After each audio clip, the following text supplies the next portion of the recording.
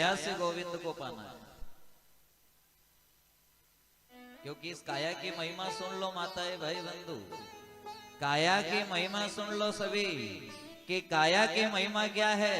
बोले सुर नर मुनि सब ग्रंथि न गावा, वेद पुराण संत देवता इस काया की महिमा गाते गाते थकते नहीं। ध्यान देना माताएं भाई बहन, ये जो काया है इस काया के महिमा देवता भी गाते हैं और देवता भी प्रार्थना करते हैं कि हे गोविंद हे नाथ, बस एक बार हमें ये नर नारी की काया दे दो बस। सभी ध्यान देना भाई बंधु माताएं बहनें सभी, इस काया की महिमा क्या है, क्योंकि इस काया से ही भगवान मिलता है, इस काया से ही गोविंद मिलता है। आज तक किसी ने ये नहीं कहा कि गधे का जन्म इसलिए हुआ कि भगवान मिलेगा, कि कुत्ते का जन्म इसलिए हुआ कि भगवान मिलेगा, लेकिन वेद पुराण साधु संत देवता तक ये कह रहे हैं कि काया तो मिली ही इसीलिए है कि भगवान मिलेगा। लेकिन फिर भी सबको कैसा ठगा माया ने कि जैसे जैसे बुढ़ापा आए सब गुरुजी हाथ देखो मारो बुढ़ापा में कहीं होगा, गुरुजी देखो मेरा क्या होगा, गुरुजी देखो क्या होगा, बुढ़ापे में क्या होगा, पंडित जी देखो क्या होगा, क्या होगा। तो भगवान ने कह दिया जहाँ की रही भावना जैसी, जब तेरा भाव ही ऐसा है कि क्या होगा तो सड़ नरक में जा। जबकि कह दिया है कि काया मिले ही इसीलिए है कि भगवान मिलेगा। आप तो बस सत्संग करो, भजन करो, प्रार्थना करो, वो एक न एक दिन जरूर रिझेगा, इसमें कोई शंका नहीं। रिझेगा, उसे आना पड़ेगा।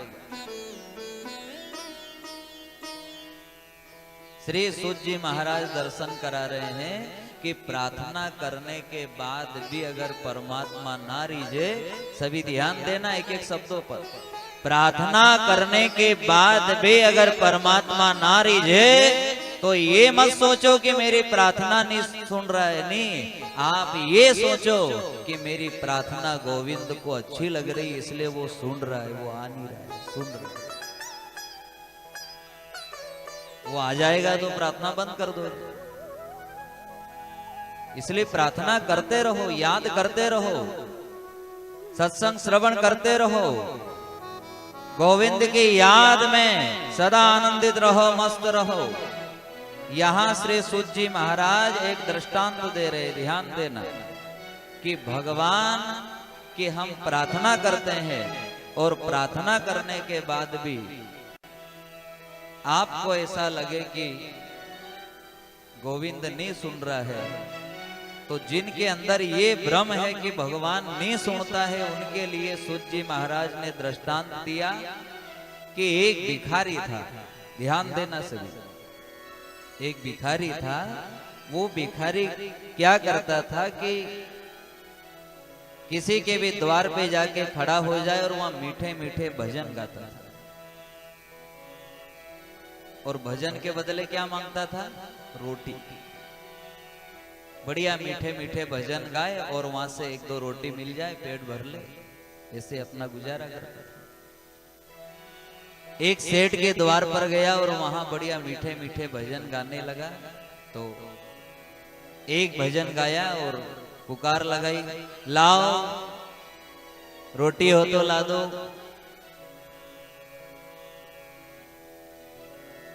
अब जो सेठानी थी उसके हाथ में रोटी है, अब वो दरवाजे के पीछे खड़ी है और आवाज लगा रहे, हाँ आ रही हूं। भिखारी ने सोचा चलो कुछ काम कर रहे, वो दूसरा भजन सुनाने लगा। ऐसे बहुत देर हो गई, वो एक से एक भजन गाए ही जाए। एक भजन गाए और कहा रोटी, बोले हाँ ला रही हूं, और खड़ी गाए दरवाजे के पीछे और हाथ में रोटी। सेठ ने देखा, सेठ बोले तू पागल है क्या, वो बेचारा खड़ा है द्वार पे, बहुत देर हो गई उसे भजन गाते गाते और तू रोटी नहीं दे रही है। सेठानी कह रही है कि ये भजन बहुत मीठा गा रहा है, बहुत मीठा भजन गा रहा है, मैं इसलिए रोटी नहीं दे रही कि मैं अगर इसे रोटी दे दूं तो ये रोटी लेके आगे निकल जाएगा और ये भजन छूट जाएगा। भजन इतना अच्छा गा रहा है। सूत जी महाराज इशारा कर रहे हैं कि प्रार्थना करते करते इतने पागल हो जाओ, लेकिन विश्वास में कभी विष मत आने दो कि भगवान नहीं सुन रहा है।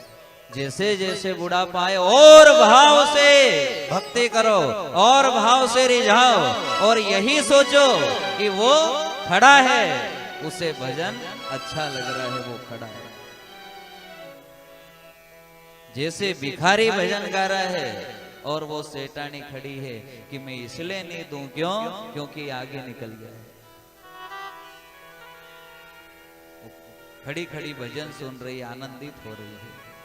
श्री सूत जी महाराज दर्शन कराते हैं कि जीवन में कितना भी संकट आए, कितनी भी परेशानी आए, कितना भी दुख आवे, लेकिन भगवान से प्रार्थना सदा करते रहो, उसे रिझाते रहो।